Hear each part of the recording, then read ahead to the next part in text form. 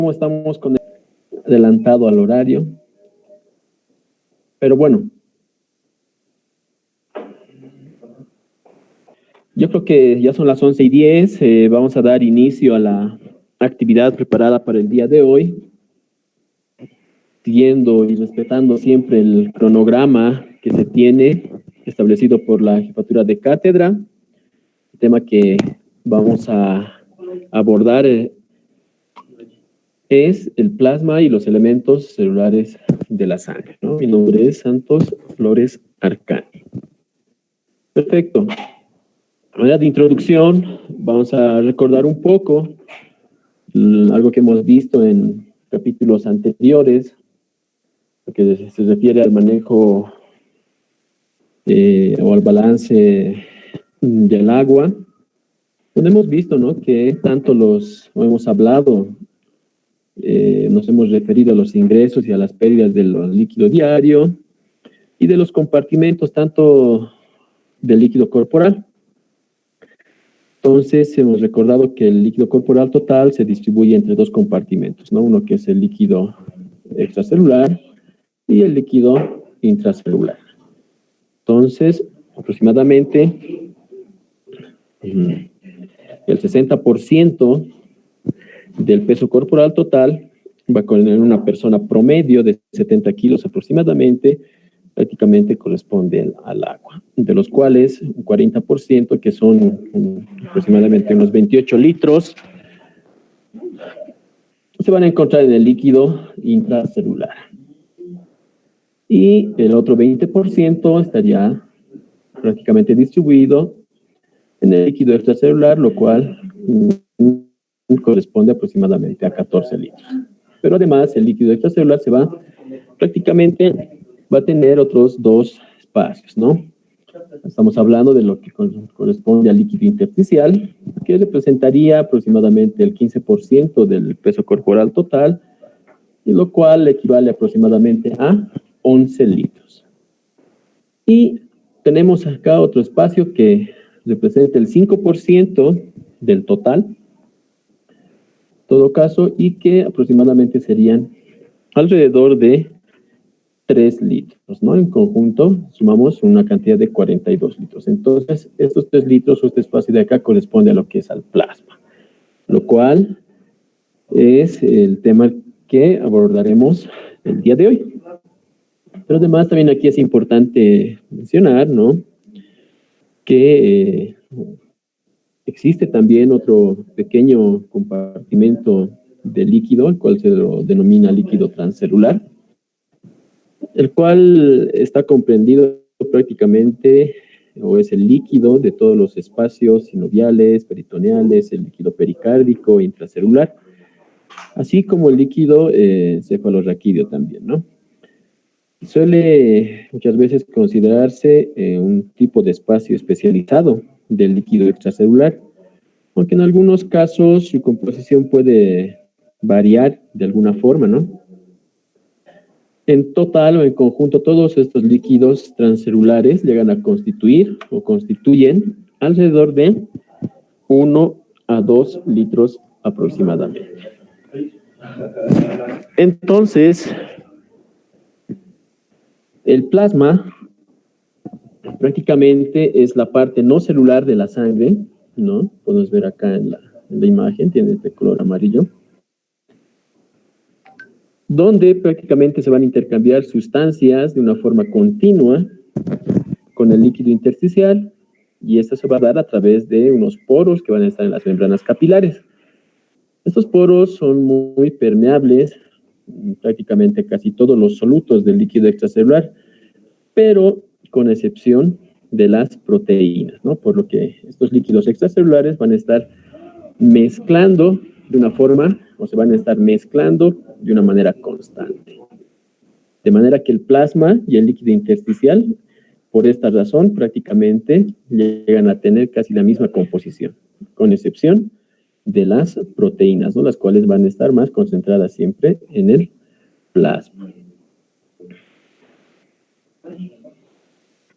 Además que la otra parte la sangre, ¿no? Que es un tejido conectivo que va a estar compuesto por elementos celulares, va a ser la porción prácticamente circulante del compartimento extracelular y va a ser responsable de transportar sustancias de una parte a otra parte del cuerpo.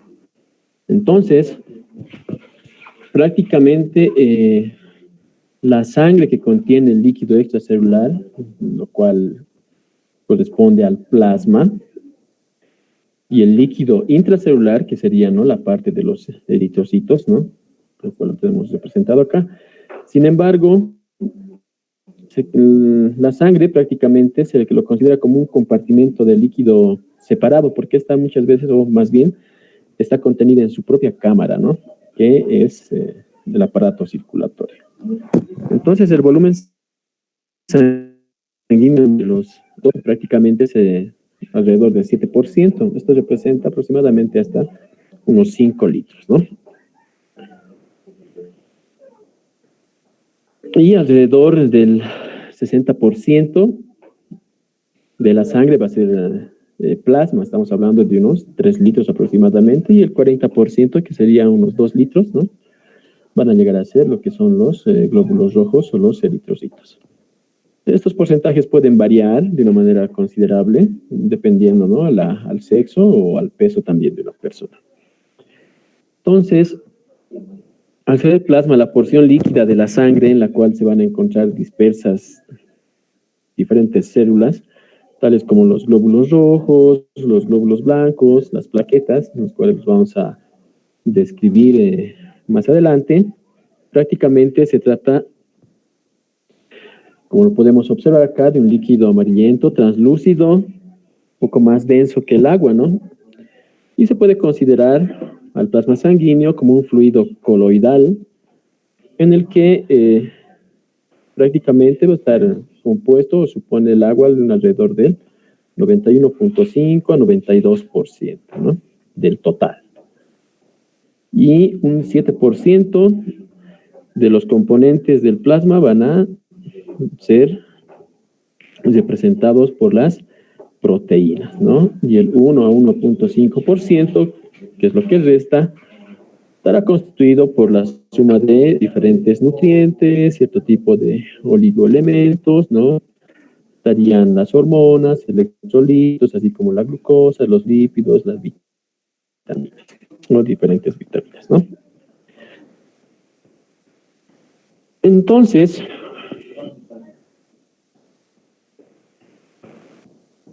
vemos aquí la composición iónica del plasma, que habíamos dicho que es similar a la del líquido intersticial. Entonces, debido a que el plasma y el líquido intersticial van a estar separados solo por membranas capilares, los cuales van a ser muy permeables, ¿no? Estamos hablando aquí del líquido extracelular.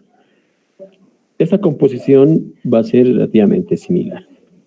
Entonces, habíamos dicho que son similares, pero con excepción de las proteínas, las cuales se van a encontrar más siempre en el plasma. Entonces, la diferencia entre estos dos justamente es eso, la concentración de mayor cantidad o de las proteínas, ¿no?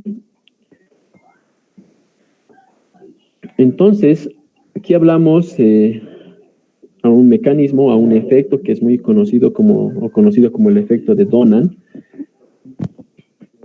donde la concentración de los iones con carga positiva, estaríamos hablando de los cationes, ¿no?, prácticamente va a ser superior en el plasma.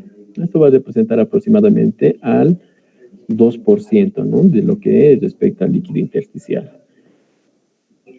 Este efecto de Donan consiste en que las proteínas plasmáticas van a tener una carga negativa, ¿no?, neta, y por ello prácticamente van a tener a unirse a los cationes, como los iones sodio, ¿no?, o el potasio, manteniendo así cantidades extra de estos cationes en el plasma junto a las proteínas plasmáticas.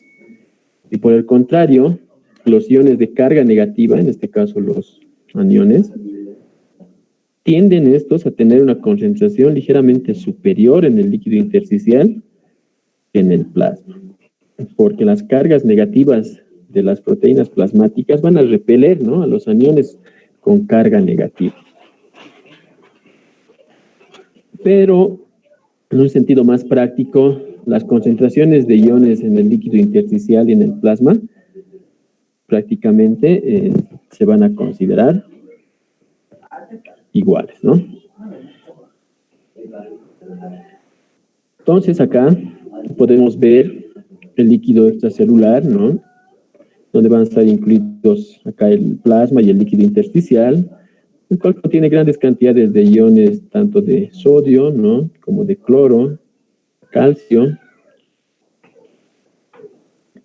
Y son cantidades razonablemente grandes, además de lo que respecta a iones bicarbonato.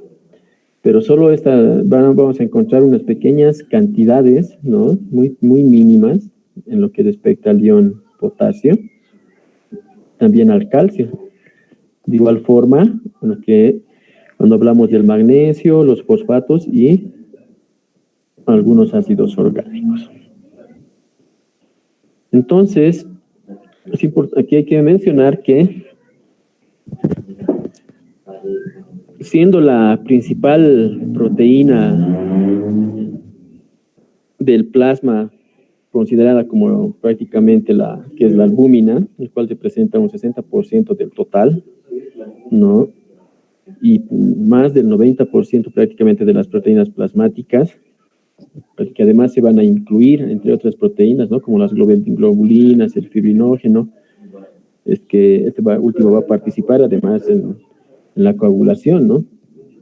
Entonces acá podemos ver algunas sustancias, ¿no?, los cuales están presentes en el plasma, ¿no?, tales como los fosfolípidos, el colesterol, la grasa, ¿no?, la grasa neutra, sus concentraciones entre 125 miligramos de decilitro, la glucosa entre 90 miligramos de decilitro, así como la urea, el ácido láctico, el ácido úrico, la creatinina, la bilirrubina y las sales biliares.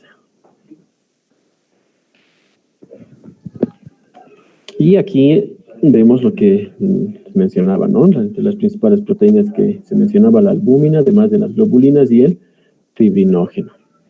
Entonces, si hacemos una división de estas proteínas plasmáticas de acuerdo a su función, podríamos prácticamente clasificarlas en proteínas que tienen que ver, algunas con la defensa, como son las inmunoglobulinas, o proteínas que tienen que ver con el transporte, como las transferrinas, por ejemplo, o proteínas que tienen que ver con la coagulación, como lo que es en el caso del fibrinógeno, y otras que tienen que ver además con la regulación de algunas hormonas. Entonces, estas proteínas plasmáticas van a ser sintetizadas, en su mayoría,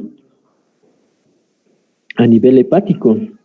Y si hablamos de otros componentes, también estaríamos hablando prácticamente de la glicoproteína, ¿no?, o las lipoproteínas, la ceruloplasmina, los cuales tienen que ver con el transporte del ¿no?, transporte de cobre y factores del complemento.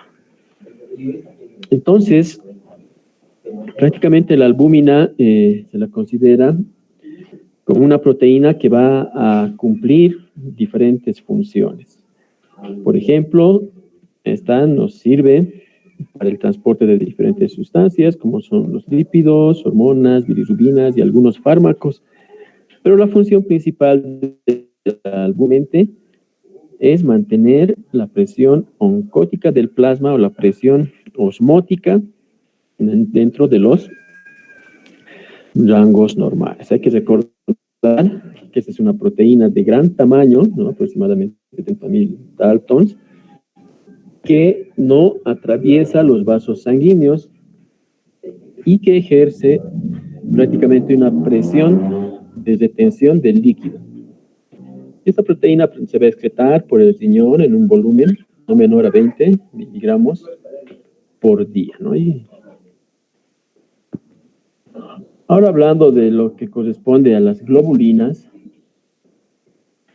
que sería otro grupo de proteínas, estas se van a dividir en tres grupos, ¿no? que son la alfa, beta, ¿no? Y las gamma. Aquí tenemos esta pequeña división.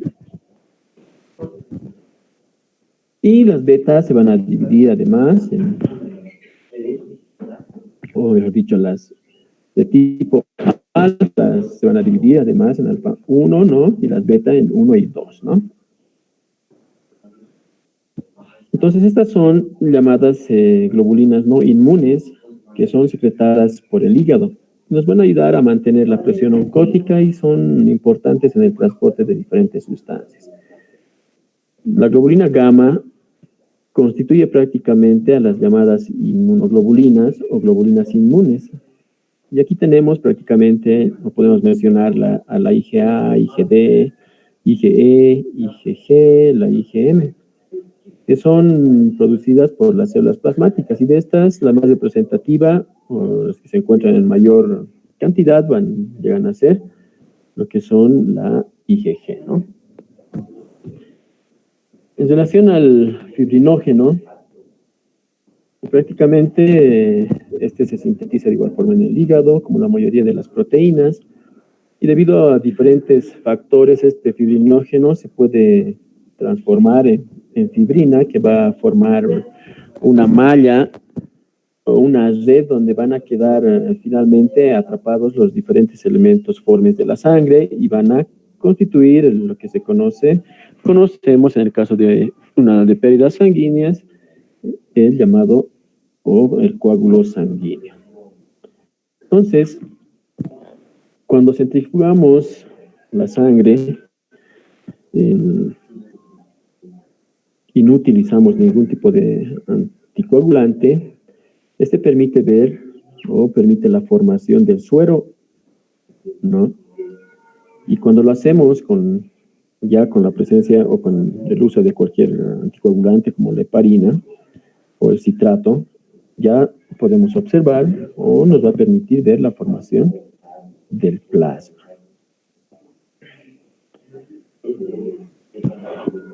Aquí vemos todos los elementos celulares del plasma, de los cuales se van a ir formando, tanto lo que son los glóbulos rojos o los eritrocitos, los diferentes glóbulos blancos, ¿no?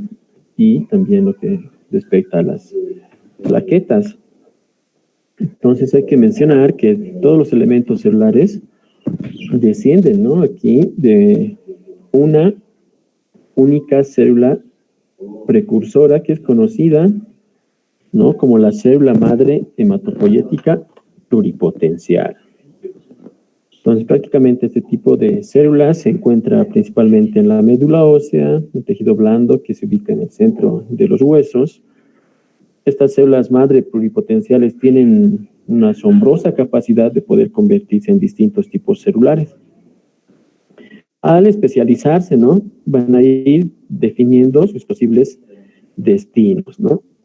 Comienzan siendo inicialmente una célula madre, luego células progenitoras. Estas células progenitoras se van a diferenciar, lo que habíamos mencionado, ¿no? Los glóbulos rojos, glóbulos blancos y células progenitoras de plaquetas, ¿no? Entonces, si vemos todo este mecanismo, podemos ver que a partir de esta célula precursora hematopoyética pluripotencial va a dar lugar a la formación de la unidad formadora de colonias esplénicas, el cual va a dar lugar, ¿no? Prácticamente a dos células o dos unidades, en realidad a la unidad formadora de colonias de blastos, que posteriormente dará lugar a la formación de los eritrocitos, y por otro lado está la unidad formadora de las colonias de granulocitos y monocitos, de donde se dará origen a los granulocitos como los neutrófilos, los eosinófilos y los basófilos, y también a los monocitos, y posteriormente a los macrocitos, ¿no? Pero también están lo que es la unidad formadora de colonias de los megacariocitos, que posteriormente de los cuales derivarán lo que son las plaquetas. Por otro lado, también tenemos lo que son las células precursoras linfoides, de los cuales prácticamente derivarán o darán lugar a lo que son los linfocitos T y los linfocitos D. Entonces, prácticamente se estima que solo una célula de cada 100.000 de la médula ósea es una célula madre, por lo que prácticamente se hace un poco complicado el poder aislarlas, ¿no? Por otro lado, tanto los glóbulos rojos, los glóbulos blancos y también las células que producen las plaquetas, estas van a, o descienden, ¿no? Todas de un precursor común, que prácticamente es conocida como una célula troncal hematopoyética, ¿no? Como lo podemos ver acá. Entonces, una característica prácticamente de las células madre es que estas se dividen de manera asimétrica. Y esto quiere decir que una célula hija va a seguir siendo una célula madre, ¿no? Del mismo tipo, mientras que la otra célula hija va a llegar a adquirir posteriormente una nueva identidad. En el caso de las células madre hematopoyéticas que se encuentran en la médula ósea, una célula hija prácticamente, ¿no? Sigue siendo una célula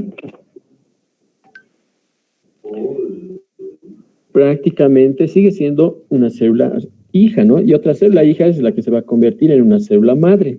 Esto en las células mieloides, ¿no?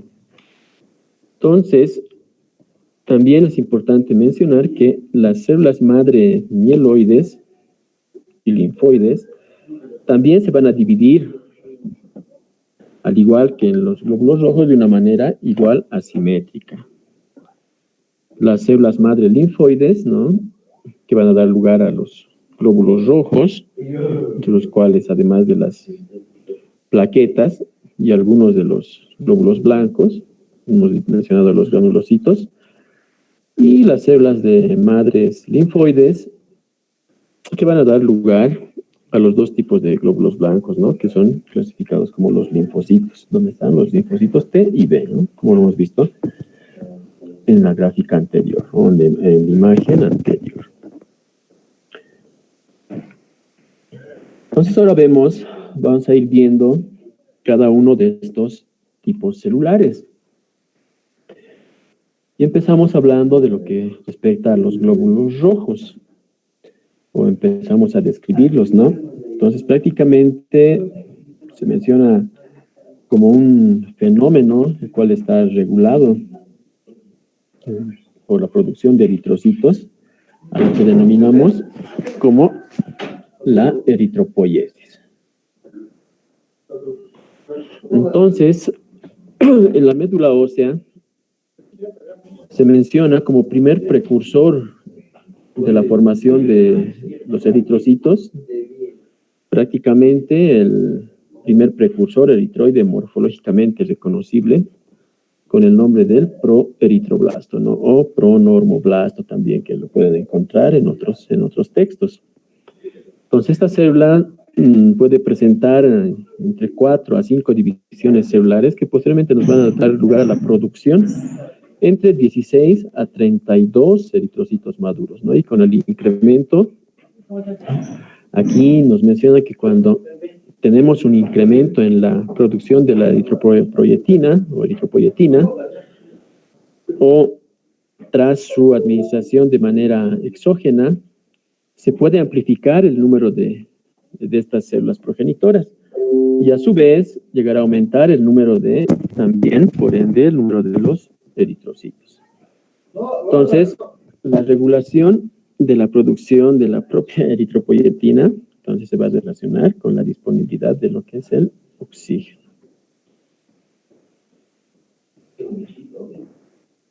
Entonces, un glóbulo rojo normal se lo describe como un disco bicóncavo, ¿no?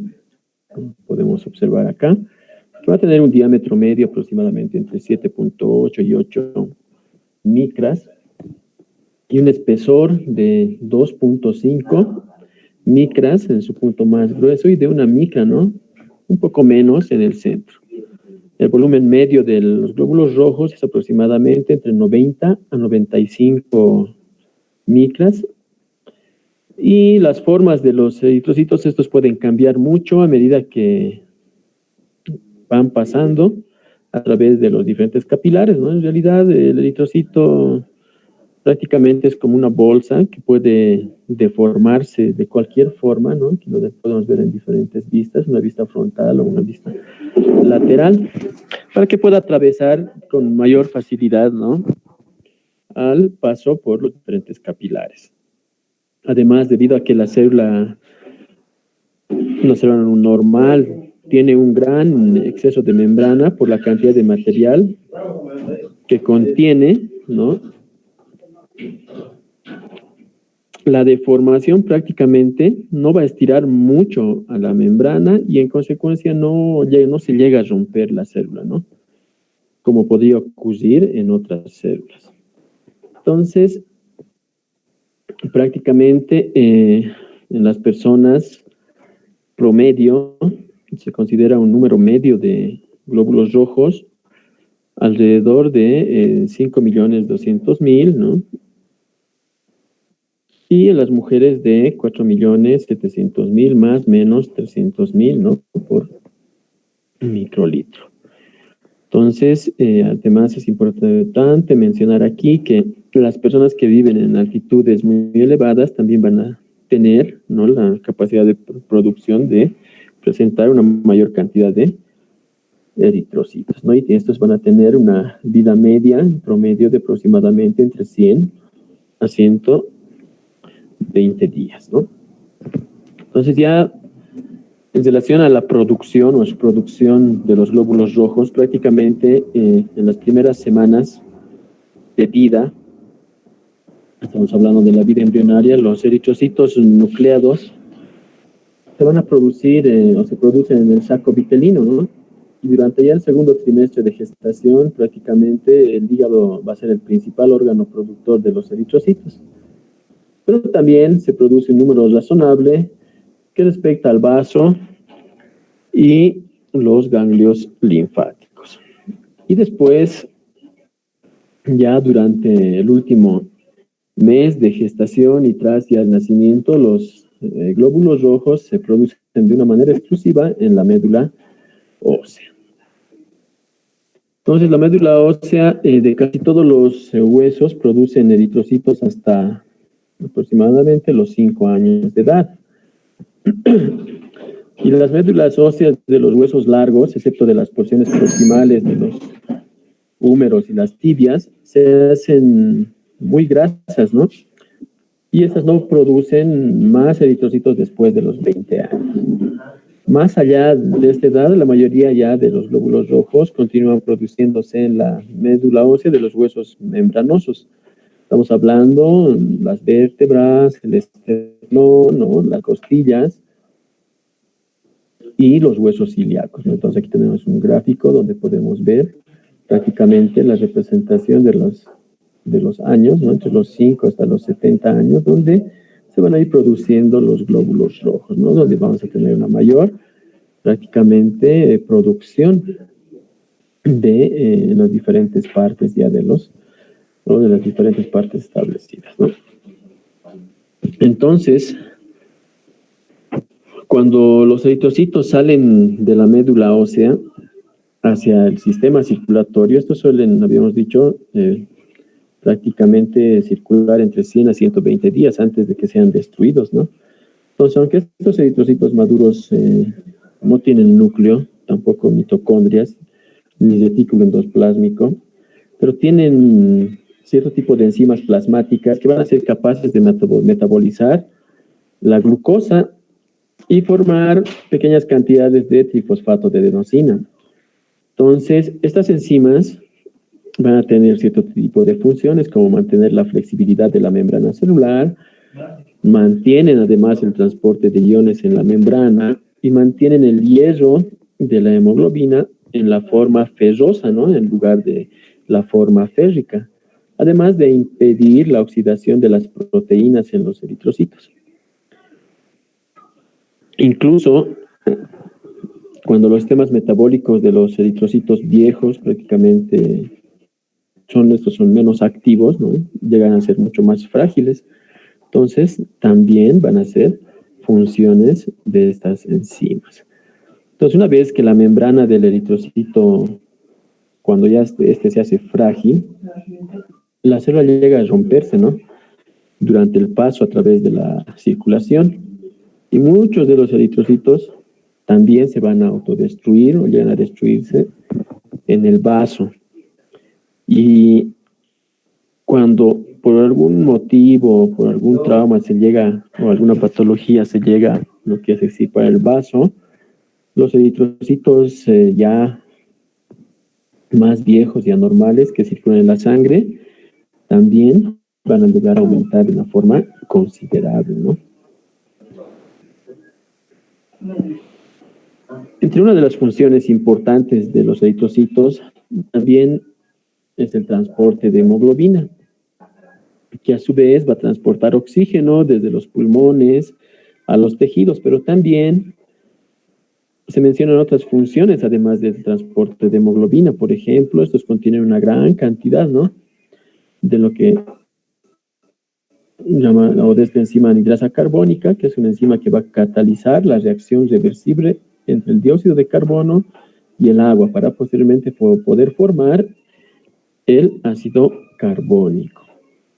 Los eritrocitos tienen la capacidad de concentrar hemoglobina aproximadamente como un límite, teniendo un límite de producción, un techo, ¿no? Una concentración que no va a aumentar por encima de este valor, porque es el límite metabólico del mecanismo o formador de hemoglobina en la célula. Y estamos hablando alrededor de 34 gramos por 100 ml, ¿no?, que sería prácticamente la capacidad de concentrar hemoglobina por parte de los eritrocitos en el líquido celular. Ahora nos referimos a los glóbulos blancos, prácticamente también conocidos como leucocitos, ¿no?, o células blancas sanguíneas, que son las unidades móviles del sistema protector del organismo, y estas se forman en parte en la médula ósea, como hemos mencionado, tales como los granulocitos, ¿no?, y los monocitos, los cuales están el basófilo, el neutrófilo, el exófilo, y además unos cuantos linfocitos. Y en parte se van a también formar un tejido linfático. Y estamos hablando aquí de los linfocitos y las células plasmáticas, ¿no? Entre los linfocitos habíamos mencionado que se les van a describir los dos tipos, ¿no?, que son los linfocitos de tipo de T y los linfocitos B.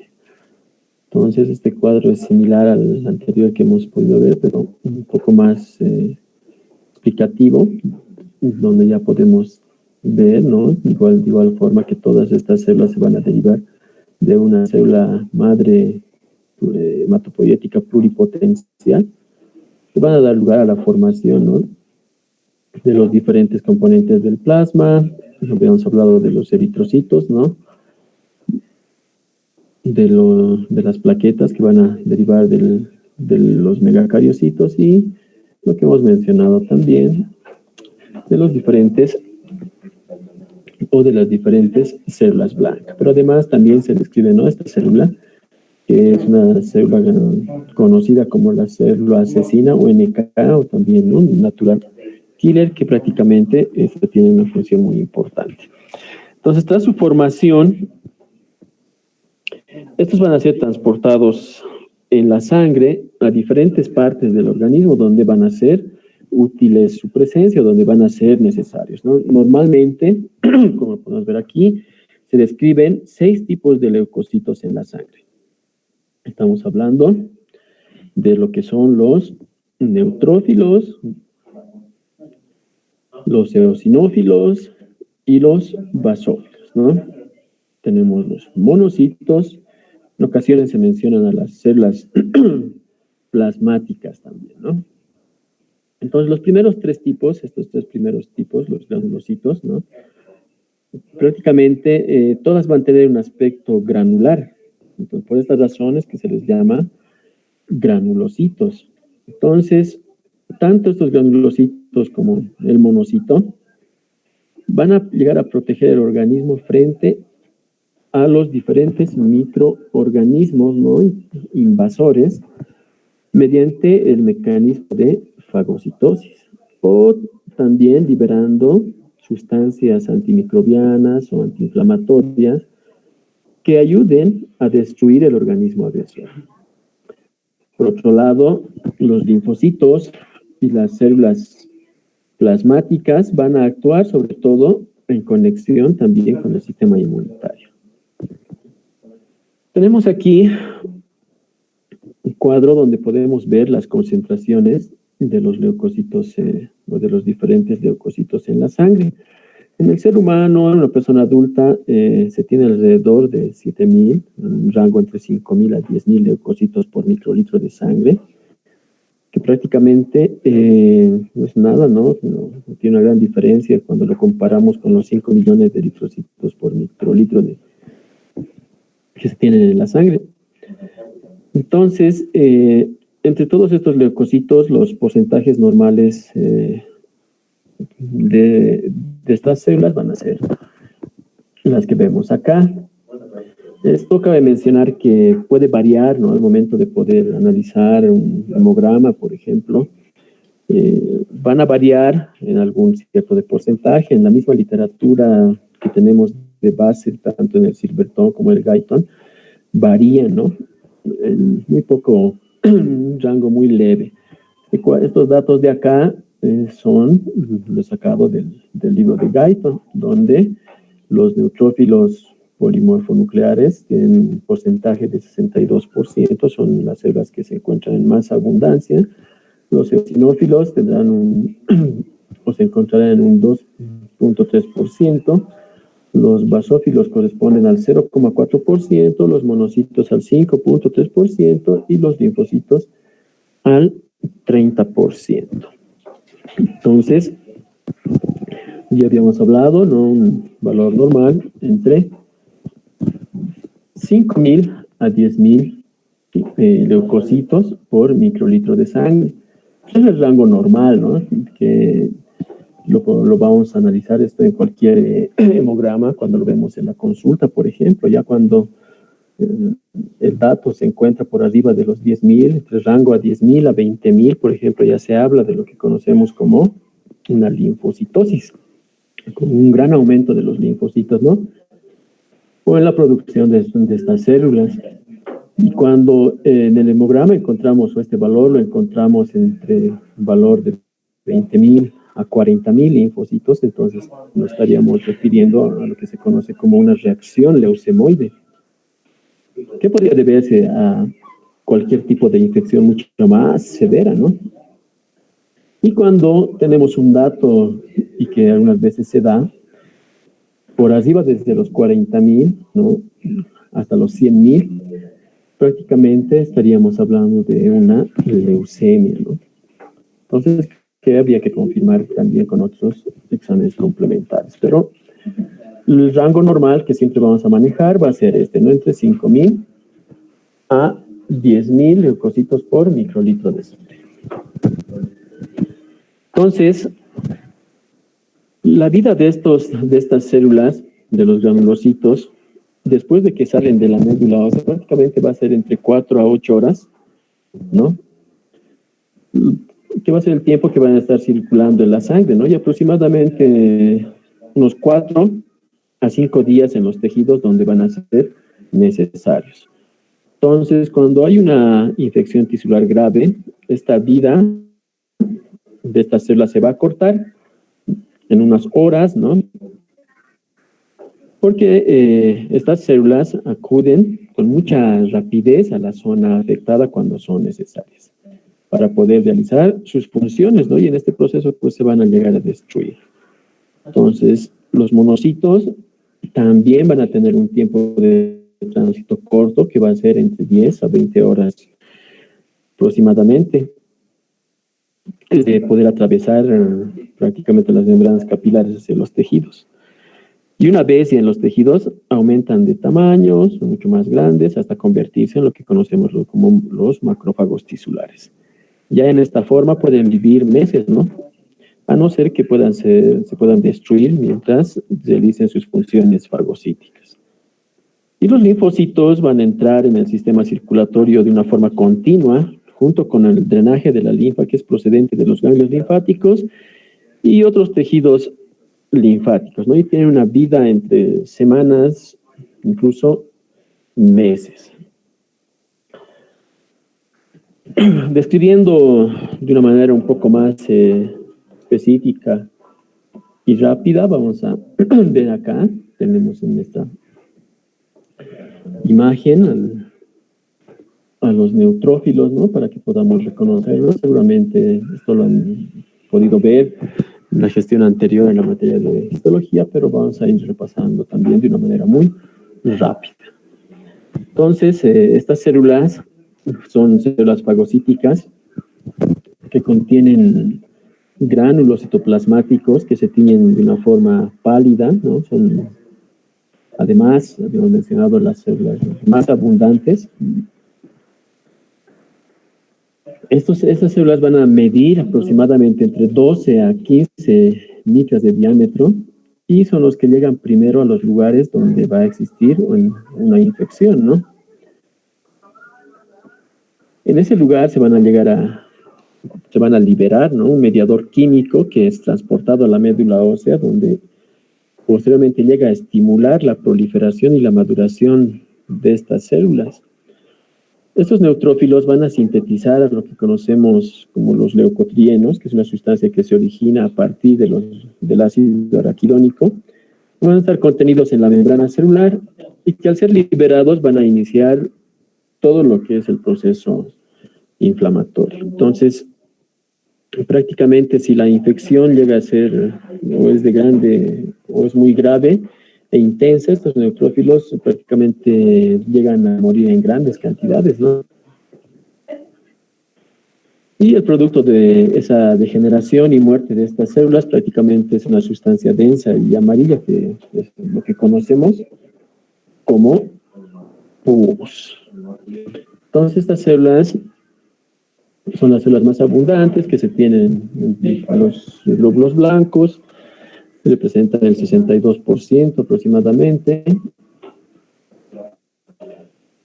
Constituyen además la primera línea de defensa frente a una inflamación aguda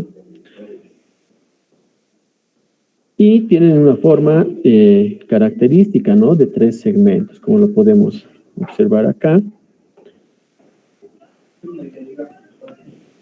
Además de ser la primera barrera de la inmunidad o ser considerada como la primera barrera de inmunidad innata en el organismo. Ahora vemos acá a los eosinófilos, es una forma igual muy característica. Aproximadamente estos miden entre 10 a 12 micras, ¿no? De micrómetros. Sus núcleos son bilobulados. Son 2 lóbulos que están unidos por un pequeño puente de cromatina, que es algo bien característico y muy fácil de reconocer al microscopio. El citoplasma prácticamente contiene gránulos específicos de un color rosa intenso. Estos se llegan a teñir con eosina. Y escasos gránulos azurófilos, ¿no? Azurófilos. Estos se encargan prácticamente de limpiar las células bacterianas, ¿no? Y los neutrófilos muertos. Y además se cree que combaten los efectos de la histamina y además como otros mediadores de la inflamación. Son abundantes en la secreción nasal y en el esputo de personas que sufren de asma, ¿no? La cual está o es producida por reacciones alérgicas y disminuyen cuando se elevan las concentraciones de corticosteroides. Entonces, estas son células fagocíticas, ¿no? Sobre todo de parásitos, constituyen el 2.3% de los leucocitos y tienen la capacidad de liberar mediadores inflamatorios, ¿no? Como las citoquinas, leucotrienos, prostaglandinas y los tromboxanos. Participan en las reacciones de tipo alérgica, al igual que los basófilos.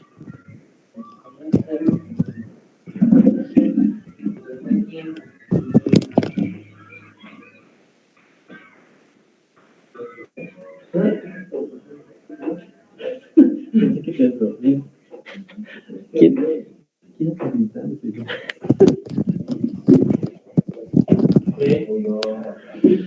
Ahora vemos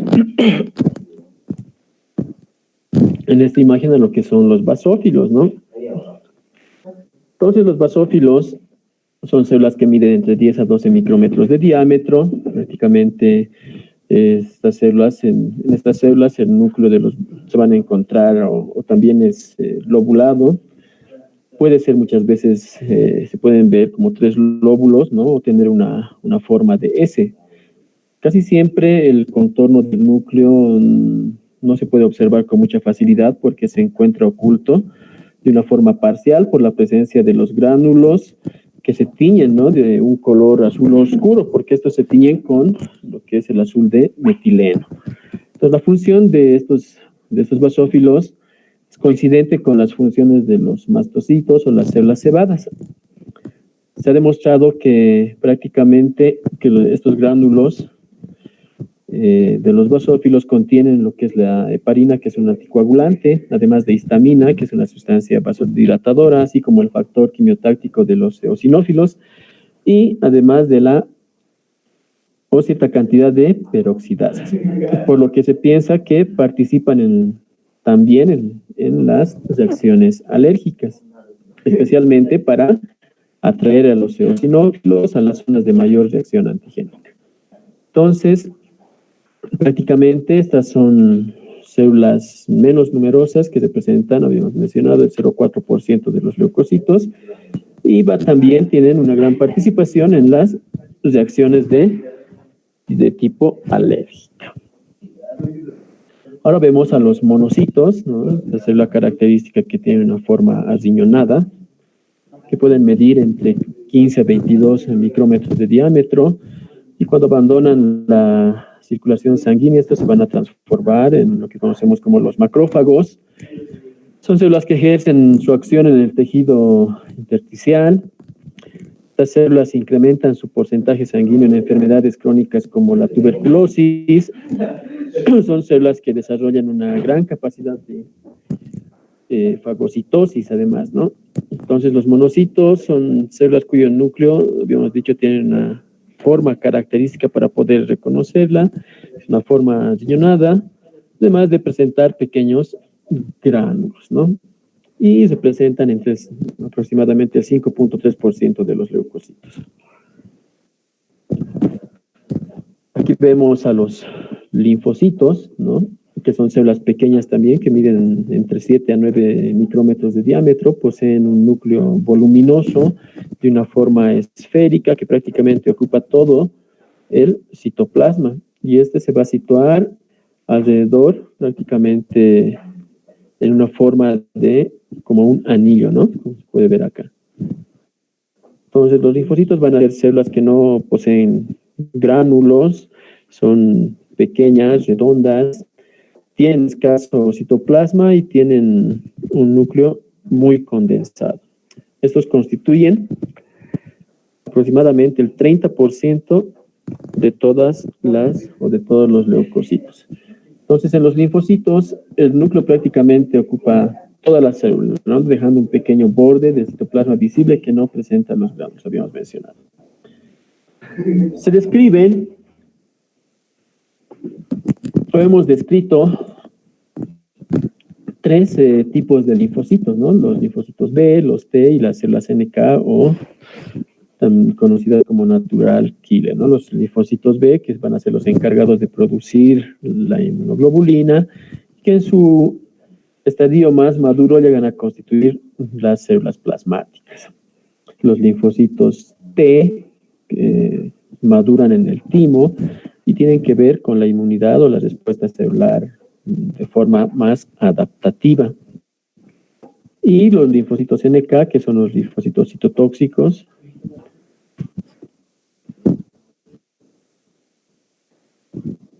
Bien, ahora vemos a las plaquetas, ¿no? Prácticamente las plaquetas ya son el tercer grupo de células. Son células muy pequeñas, miden entre 2 a 3 micras, un número total de plaquetas aproximadamente igual, esto llega a variar de acuerdo al laboratorio, al valor de referencia que se tenga, pero un valor más considerado es el que va entre 150.000 a 450.000 por microlitro de sangre. Las plaquetas son también denominadas trombocitos. Estas son células muy pequeñas, de forma ovalada, no tienen núcleo. Prácticamente esta es una imagen en 3D de las plaquetas. Estas van a provenir o provienen, como lo hemos visto al inicio, de otras células que son los megacariocitos. Participan en el proceso de coagulación, ¿no? Por ejemplo, cuando se rompe un vaso sanguíneo, las plaquetas se van a concentrar en la zona afectada y van a ayudar a sellar la rotura en el vaso sanguíneo para poder frenar el sangrado. Pero además, estas plaquetas tienen una vida media de aproximadamente 10 días, ¿no?, en el torrente sanguíneo, para posteriormente ser sustituidos por otras células.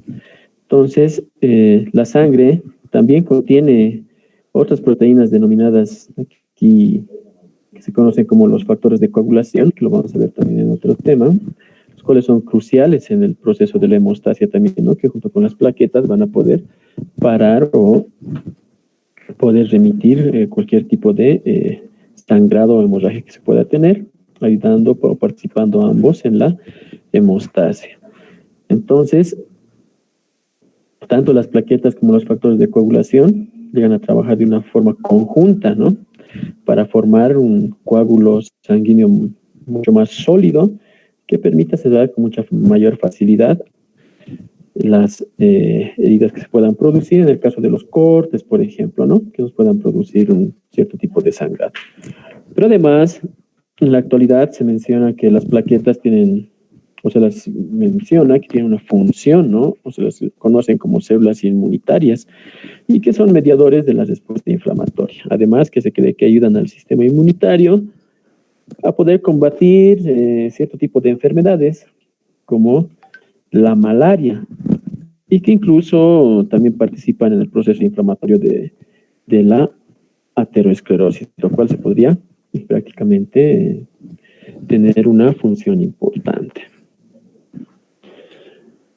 Ya viendo manera de resumen, entonces nos preguntamos o mencionamos el lugar de formación o los lugares donde se forma el plasma sanguíneo. Entonces, los componentes del plasma sanguíneo que no son agua prácticamente se van a producir en diferentes órganos, ¿no?, de los cuales se menciona el hígado, donde se sintetizan prácticamente todas las proteínas plasmáticas, excepto las inmunoglobulinas, y cuya producción prácticamente se va a encargar, ¿no?, de lo que conocemos como células plasmáticas o plasmocitos. Mencionamos a las diferentes, en todo caso, glándulas endócrinas también, que van a producir las hormonas, los ciertos tipos de hormonas que se van a vertir en el plasma para ser posteriormente transportadas y puedan ejercer sus funciones correspondientes. En los riñones es el órgano que se va a ocupar del filtrado de algunas de las sustancias de desecho que lleva el plasma, pero también de los niveles de sodio, de potasio, ¿no? Por tanto, prácticamente esto también va a tener una función importante. Y además, cierto tipo de nutrientes como la glucosa o los aminoácidos se van a llegar a absorber en los intestinos. Y por último vemos las funciones principales del plasma sanguíneo. Entonces, habíamos mencionado que estos tienen una función inmunológica, además van a participar en la amortiguación del pH sanguíneo y van a tener una función oncótica. Pues el plasma va a ser determinante para el funcionamiento del sistema inmunitario, ya que dentro de su estructura o dentro de su composición se van a encontrar todos los leucocitos, ¿no?, además de diferentes componentes, los cuales van a ser imprescindibles para dar respuesta ante cualquier tipo de infección que se pueda presentar en el organismo. En el caso de la amortiguación del pH sanguíneo, en el plasma prácticamente van a estar disueltos los sistemas tampón o buffer, que van a ser responsables de que la sangre mantenga un pH estable, que esta no se pueda alterar con mucha facilidad. Y en la función oncótica, que prácticamente es una de sus funciones importantes, que nos sirve para mantener el volumen o la volemia del torrente sanguíneo y tener además poder mantener y participar en el mantenimiento de una osmolaridad adecuada. Bien, creo que eso es todo lo que tenemos por hoy.